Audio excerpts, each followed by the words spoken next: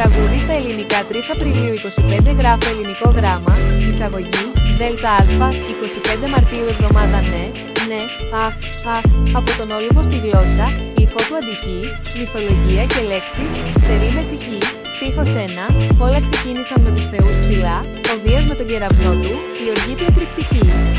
Η Αθηνά στον πόλεμο, σοφή και έξυπνη, όπως η γλώσσα, ακριβής και βαθιά.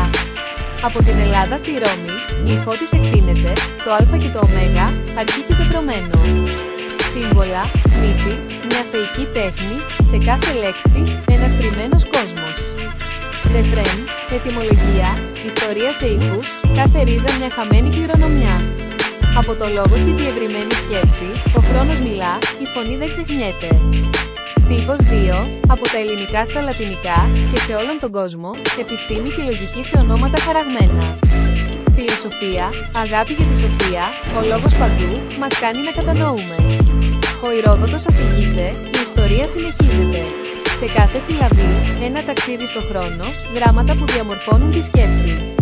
Ο Ιπποκράτης θεραπεύει, ο Πυθαγόρας προσθέτει, ρεφρέν, συν 2 ετυμολογία, ιστορία σε ήχους, κάθε ρίζα μια χαμένη κληρονομιά. Από το λόγο στη διευρυμένη σκέψη, ο χρόνος μιλά, η φωνή δεν ξεχνιέται. Γέφυρα, από το κόσμο στο χάος, η τάξη και το τέλος, το ρήμα που πάλεται στο μέλλον. Στην ψυχή η ψυχή, ο νους που λάμπει, κάθε λέξη, ένα θαύμα. Στίχος 3, ο Άτλας σηκώνει το βάρος του κόσμου, όπως η γλώσσα, τεράστια και βαθιά. Από το ήθος και το πάθος, γεννιέται ο λόγος, λογική και συναίσθημα, σε κάθε χώρο. Ο Πλάτωνας και ο Αριστοτέλης αφήνουν θεωρίες, οι μέρες περνούν, αλλά αυτές μένουν ζωντανές.